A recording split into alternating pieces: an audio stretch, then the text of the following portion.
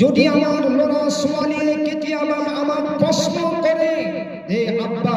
জুবিন দা কোন হয়, তেতিয়াই আমি আমাৰ ল'ৰা ছোৱালীক উত্তৰ দিম জুবিন দা এনেকুৱা এজন ব্যক্তিৰ নাম হয় যিজন মানুহৰ কাৰণে হিন্দু, মুছলিম, শিখ, ইসাই, বড়ো, ৰাভা, কাৰ্বি, মণিপুৰী, চিলনটি, মমিনচিঙা, কাছাৰী, নৌশালী, মিয়া, অসমৰ যিমানবোৰ জনগোষ্ঠী আছে সেই সকলোকে এক কৰি থৈ যোৱাৰ নাম হৈছে জুবিন দা।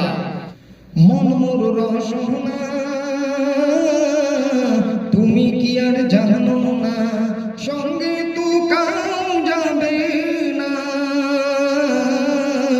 সময় থাকিতে কেন গুরু বুঝিলু না, সময় থাকিতে কেন গুরু বুঝিলু না। মন মোর রসনা এই দেহার মূল্য নাই, পুরা দিলে হইবে চাই, প্রাণবায়ু সাহারিয়া যাইবে,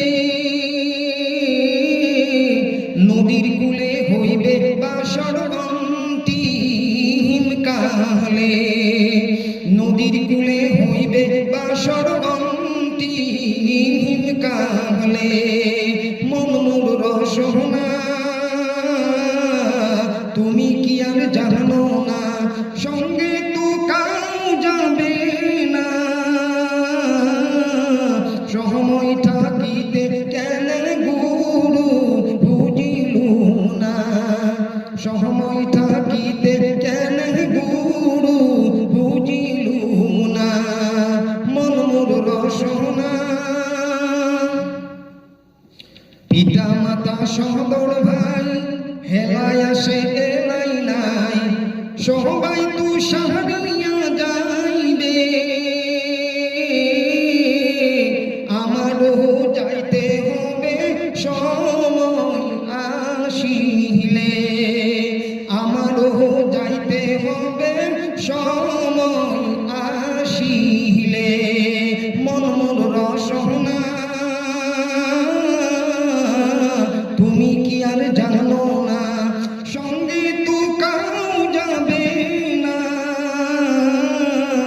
সময় থাকিতে কেন গুরু বুঝিলু না, সময় থাকিতে কেন গুরু বুঝিলু না। শিশুকালে রঙের মেলা,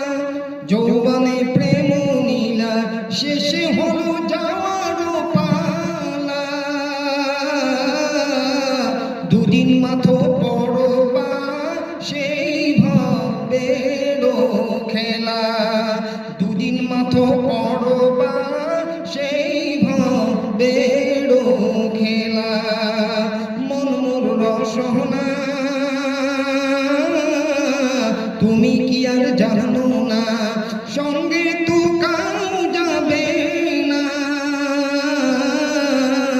সময় থাকিতে কেন গুরু বুঝিলু না, সময় থাকিতে কেন গুরু বুঝিলু না। মন মোর রসনা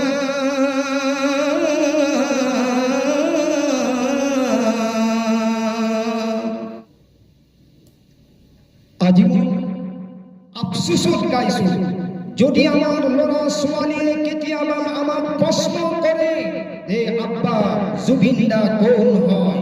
জুবিন দা কোন হয়, তেতিয়াই আমি আমাৰ ল'ৰা ছোৱালীক উত্তৰ দিম জুবিন দা এনেকুৱা এজন ব্যক্তিৰ নাম হয়, জুবিন দা এনেকুৱা এজন মানুহৰ নাম হয়, জুবিন দা এনেকুৱা এজন ভাল চৰিত্ৰৱান মানুহ হয়, জুবিন দা এনেকুৱা এজন সত্যবাদী মানুহ হয়, যিজন মানুহৰ কাৰণে হিন্দু, মুছলিম, শিখ, ইসাই, বড়ো, ৰাভা, কাৰ্বি, মণিপুৰী, চিলনটি, মমিনচিঙা, কাছাৰী, নৌশালী, মিয়া, অসমৰ যিমানবোৰ জনগোষ্ঠী আছে সেই সকলোকে এক কৰি থৈ যোৱাৰ নাম হৈছে জুবিন দা। আজি অসমৰ নৌজোৱানে অসম হিলাই দিছে। আজি অসমৰ নৌজোৱানসকলক মই এটা ক'বলৈ বিচাৰিছো যে জুবিন দাই যিবিলাক কামৰ কথা আপোনাক মোক কৈ গৈছিলে, জুবিন দাৰ যেনেকুৱা অভ্যাস আছিলে, জুবিন দাৰ যেনেকুৱা আদাত আছিলে, জুবিন দাৰ যেনেকুৱা চৰিত্ৰ আছিলে, তেওঁ কৈ গৈছিলে যে মানুহ হ'ব লাগে, মানুহ কাক কয় যাৰ হুঁশ আছে, যাৰ জ্ঞান আছে, যাৰ দিলত কোনো হিংসা নাই, যাৰ দিলত কোনো গিল্লা নাই। আৰে জুবিন দা সেইজন ব্যক্তি আছিলে যি মানুহৰ খাবলৈ খাদ্য নাই তেওঁ খাবলৈ দিছিলে, যাৰ কাপোৰ পিন্ধিবলৈ নাই তাক কাপোৰ পিন্ধাইছিলে, নিঃসহায় মানুহক সহায় কৰিছিলে, সেইজনৰ নামে জুবিন দা হয়। আজিও মোৰ সেই মঞ্জৰ মনত পৰে যি জুবিন দাৰ মহাব্বতত যিমানবোৰ ল'ৰাই কান্দি কান্দি বেহুচ হৈ গৈছিলে। আজি অসমৰ গাঁৱে ভূঞে চহৰে নগৰে প্ৰত্যেকৰ পৰিয়ালতে এটাই আৱাজ আহিছে, সেইটো হৈছে জুবিন দা, সেইটো হৈছে জুবিন দা। জুবিন দাই এনেকুৱা কাম কৰি গৈছিলে। আজি অসম, দিছপুৰ, নাগালেণ্ড, কহিমা, মণিপুৰ, ইম্ফল, মিজোৰাম, আইজাল, ত্ৰিপুৰা, আগৰতলা, মেঘালয়, শ্বিলং, পশ্চিমবংগ, কলকাতা, বিহাৰ, পাটনা, উৰিষ্যা, ভুৱনেশ্বৰ, মহাৰাষ্ট্ৰ, বোম্বাইৰ আগতো আজি জুবিন দা সকলে চেলুট মাৰিছে।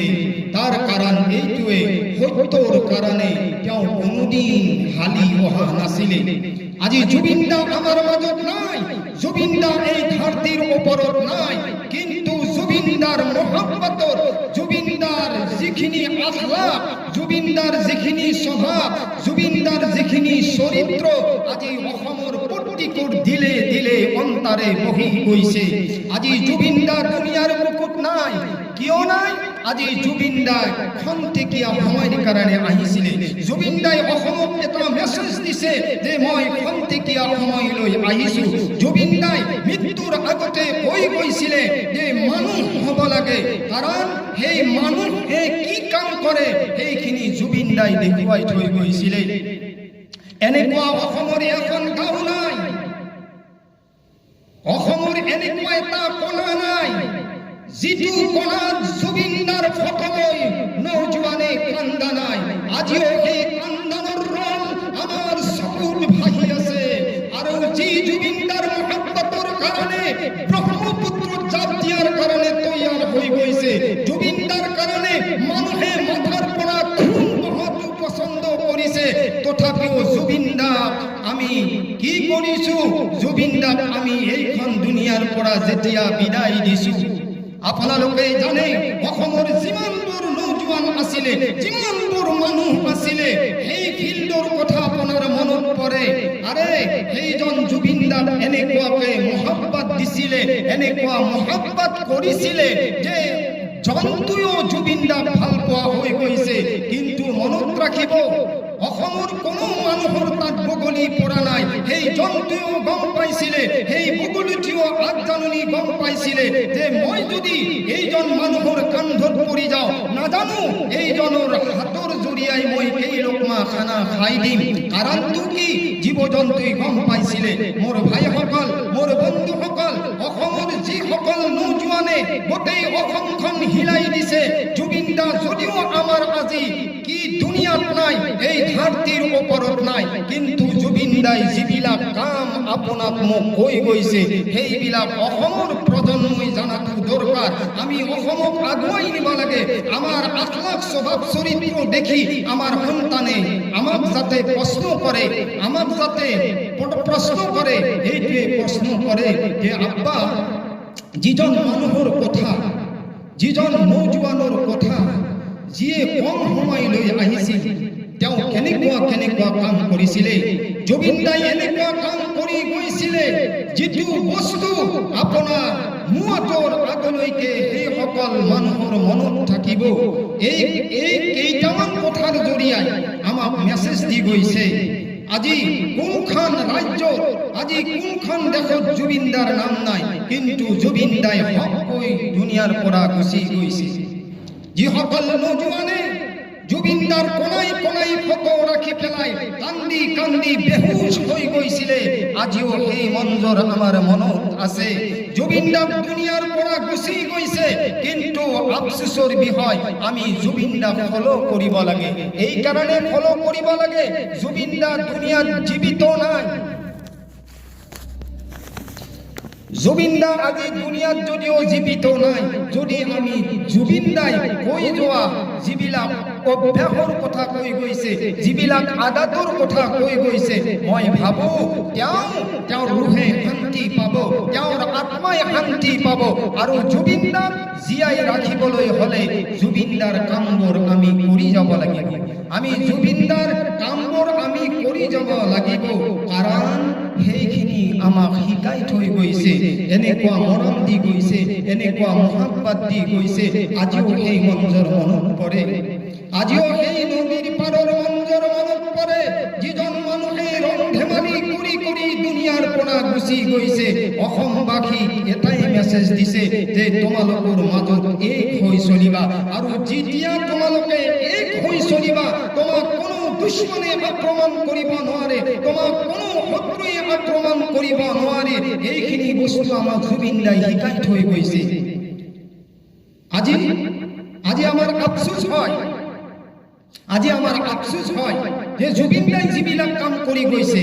সেইটো এটা মেছেজ আছিলে এই কাৰণে যে তুমি যদি মালদাৰ হৈ যোৱা গৰীব দুখীয়া সহায় কৰা যদি কোনোবাৰ কাপোৰ নাই তাক কাপোৰ পিন্ধাই দিয়া আৰে যিজন মালিকৰ তলত কুত্তাই খোৱা কৰিছিলে সেই কুত্তায়ো গম পাইছিলে যে আমাৰ মালিক আজি আমাক এৰি থৈ গৈছে আৰে সেই কুত্তাই ইন্তজাৰ কৰি আছিলে যে জুবিনদা আহিব আমাক খানা খুৱাব আমাক কোলাত ল'ব কিন্তু যেতিয়াই এই জীৱ-জন্তুই গম পাইছিলে যে আজিৰ পৰা আৰু জুবিনদা দুনিয়াত নাই সেই জন্তুই চকুৰ পানী পেলাইছে যে যিজন মালিকৰ তলত আমি খাদ্য খাওঁ যিজন মালিকৰ তলত আমি চলাফেৰা কৰোঁ সেইজন মালিকে যেতিয়া আমাৰ দুনিয়াৰ বুকুত নাই তাৰ পিছে পিছে সেই জুবিনদাৰ কান্ধত পৰি খানা খোৱা বগলীটো দুনিয়াৰ পৰা গুচি গৈছে এইটোক কয় জন্তুৰ মহব্বত সেইকাৰণে কৈছে যে জমিন वालों पर रहम करो आसमान वाला तुम पर रहम करेगा আজি আপোনাক কি ইনসাফ দিব আজি মোক কি ইনসাফ দিব মই ক'ব কৈছো যে ইনসাফটো সেইজনে দিব যিজনে আপোনাক আৰু মোক সৃষ্টি কৰিছে সেইজন প্ৰভু সেইজন ঈশ্বৰ সেইজন আল্লাহ ইনসাফ দিব আৰু সেইজন প্ৰভু ঈশ্বৰ আল্লাহ যেতিয়া ইনসাফ দিবলৈ আহিব তাক কোনেও ৰখাব নোৱাৰিব আপোনালোকে নিশ্চয় জানে সেই শাহ সেকেন্দাৰ বাদশাহ যেতিয়া তেওঁৰ চুলি লম্বা হৈ গৈছিল তেওঁ নাপিতক কৈ গৈছিল তেওঁ নাপিতৰ ওচৰত গৈছিল বিবিয়ে কেতিয়াবা প্ৰশ্ন কৰে যে আপুনি পাগুৰিটো কিয় পিন্ধে তেতিয়া শাহ সেকেন্দাৰ বাদশাহ কৈছিল যে এইটো আমাৰ তৰিকা এইটো আমাৰ নিয়ম হয় যে আমি পাগুৰি পিন্ধিব লাগে কেইদিনমান পিছত সেই পাগুৰিৰ তলত থকা চুলিবোৰ লম্বা হৈ গৈছে যেতিয়া লম্বা হৈ গৈছে এতিয়া শাহ সেকেন্দাৰ বাদশাহ কি কৰে শাহ সেকেন্দাৰ বাদশাহ নাপিতৰ ওচৰত গৈছে গৈ পেলাই কৈছে যে তুমি এটা কাম কৰিবা তুমি ভয় নাখাবা মোৰ যেতিয়া মাথাৰ পাগুৰিটো তুমি খুলিবা যেতিয়া এই পাগুৰিটো খোলাতে চুলিবোৰ লম্বা আছে আৰু সেই লম্বাটো দেখা পাই তুমি ভয় নাখাবা আৰু মোৰ যে চুলি লম্বা এই কথাটো কাকো নকবা আৰু যদি তুমি কৈ দিয়া তেতিয়াহ'লে তোমাক মাৰি পেলাম তোমাক মই কতল কৰি দিম তোমাক মই ধ্বংস কৰি দিম তোমাক মই বৰবাদ কৰি দিম তোমাক মই ৰাজদৰবাৰত মাতি লৈ যাম তেতিয়া সেইজন নাপিতে কৈছে হয় বাদশাহ মই এই কথাটো কাকো নকওঁ যেতিয়া মাথাৰ পৰা পাগুৰিটো যেতিয়া খুলিছে আৰু শাহ সেকেন্দাৰ বাদশাহ কাণ দুখন বহুত লম্বা আছিলে পাগুৰিটো খুলি দিয়াৰ লগে লগে শাহ সেকেন্দাৰ বাদশাহ কাণ দুখন তলত যেতিয়া নামি গ'ল সেই নাপিতে বহুত ভয় খালে এনেকুৱা ভয় খালে যে এতিয়া কি কৰা যায় নাপিতে ধুনীয়াকৈ চুলি কাটিলে শাহ সেকেন্দাৰ বাদশাহ কি কৰিলে টুপিটো পিন্ধালে সেই নাপিতে ঘৰত গৈছে অন্দিনাই বিবি কথা বাৰ্তা পাতে কিন্তু সেই বিবিয়ে শাহ সেকেন্দাৰ বাদশাৰ লগত সেই নাপিতৰ লগত কিন্তু কথা পাতা নাই নাপিতৰ ভাব হৈছে যদি মই শাহ সেকেন্ডাৰ বাদশাৰ যদি মই কাণ দুখন ডাঙৰ বুলি কৈ দিওঁ, কাৰণ তিৰোতা মানুহ মাইকী মানুহ যদি কাৰোবাক কৈ দিয়ে আৰু এই কথাটো সেকেন্ডাৰ বাদশাহ যদি গম পাই যায় তেতিয়া মুখ মাৰি পেলাব। সেইকাৰণে সেই নাপিতে মুখখন বন্ধ কৰি ৰাখিছে, সেই নাপিতে মুখখন বন্ধ কৰি ৰাখিছে। এতিয়া মানুহৰ কথা কিন্তু হজম নহয়। সেই নাপিতে একদিন দুইদিন বিবিৰ লগত কথা পতা নাই, এইফালে কথাটো কাক কৈ দিয়ে যে সেকেন্ডার বাদশাৰ কাণ দুখন ডাঙৰ। সি কি কৰিলে, ৰাতি 12টা মান বজাত পথাৰৰ মাজত গৈ 109ৰ ওচৰত বহি কৈছে যে সেকেন্ডাৰ বাদশাৰ কাণ দুখন ডাঙৰ, সেকেন্ডাৰ বাদশাৰ কাণ দুখন ডাঙৰ। যিমানে কথাবিলাক কৈ আছে সিমানে তাৰ অকমান হিম্মত আহি গৈছে, কাৰণ কথা যদি খুলি ক'ব পৰা নাযায় তেতিয়াহ'লে তাৰ পেটত কিছুমান এনেকুৱা ফুলি থাকে যে কথাটো ক'লে হজম হ'ব। যেতিয়া সেই নলজোপাৰ ওচৰত গ'ল, এতিয়া আমাৰ এই চিষ্টেমটো হৈছে যে কিছুমান ল'ৰা ছোৱালীয়ে পথাৰত খেলিবলৈ গৈছে, সেই যে নল আছে সেই বাদশাহ আৰু সেকেন্ডাৰ বাদশাহ ৰানীয়ে কি কৰিছে, বিল্ডিঙৰ ওপৰত বতাহ খাই আছে। শুনক, এইটো কামত আহিব। যেতিয়া বতাহ খাই আছে তেতিয়া সেই যে নলৰ পেপা বজাই পেলাই গৰখীয়াবিলাকে কি কৰিছে, পেপা বজাই আছে। সেই ৰাণীয়ে শুনিছে আৰু বাদশাহ যদিও শুনিছে মনোযোগ দিয়া নাই, কিন্তু সেই পেপাৰ মাতৰ আৱাজত আহিছে যে সেকেন্ডাৰ বাদশাৰ কাণ দুখন ডাঙৰ, সেকেন্ডাৰ বাদশাৰ কাণ দুখন ডাঙৰ। এতিয়া বিবিয়ে কৈছে যে বাদশাহ, পথাৰৰ পৰা আৱাজ আহিছে যে সেকেন্ডাৰ বাদশাৰ কাণ দুখন ডাঙৰ। তেতিয়া বাদশাহে ক'লে, নাই নাই, এইটো হ'বই নোৱাৰে, এইটো হ'বই নোৱাৰে। কিন্তু